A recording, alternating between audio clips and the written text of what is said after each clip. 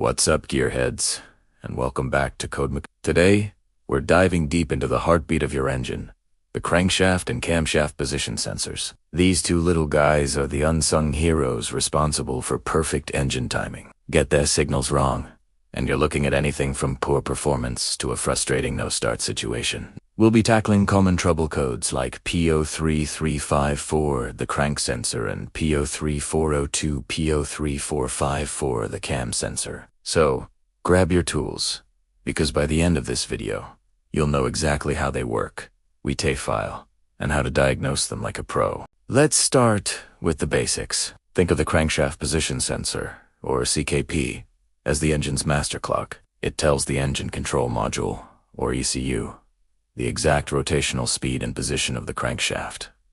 This is absolutely critical. Without this signal, the ECU has no idea when to fire the spark plugs or inject fuel. It's the primary input for ignition timing. The camshaft position sensor, or CMP, works in tandem. It tells the ECU which cylinder is on its compression stroke, allowing for precise sequential fuel injection and, on many modern engines, variable valve timing control. Together, they create a perfect symphony of mechanical and electrical timing. So, what happens when this symphony is out of tune? A bad crankshaft sensor is one of the most common causes of a crank no-start condition. Your engine will turn over just fine, but it will never fire up because the ECU isn't receiving that vital RPM signal. You might also notice a check engine light with a code like P0335.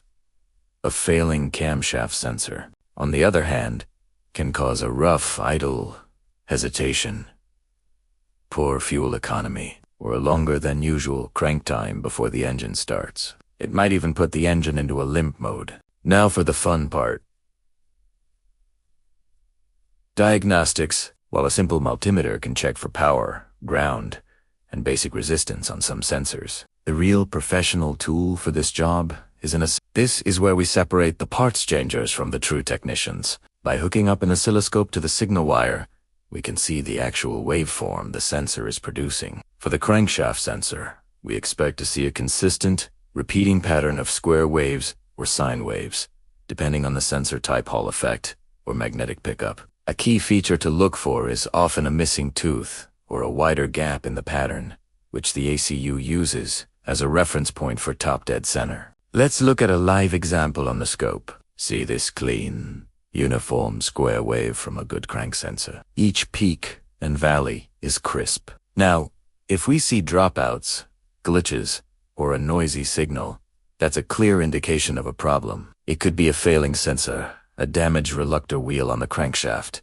or even wiring issues causing interference. Similarly, for the camshaft sensor, we'll see a waveform, but it might have a different pattern, often with just one pulse, or a unique set of pulses per camshaft revolution. The real magic happens when you display both the crank and cam signals on the scope at the same time. You can verify the relationship, or what we call cam-crank correlation. If the timing belt or chain has jumped a tooth, you'll see the cam signal has shifted its position relative to the crank signal. This is a powerful diagnostic technique that can save you from replacing a perfectly good sensor when the real issue is mechanical timing. So, to wrap it up, the crank and cam sensors are the eyes and ears of your ECU for engine timing. If you suspect a problem, scan for codes, but don't just throw parts at it. Use an oscilloscope to analyze the signal waveforms.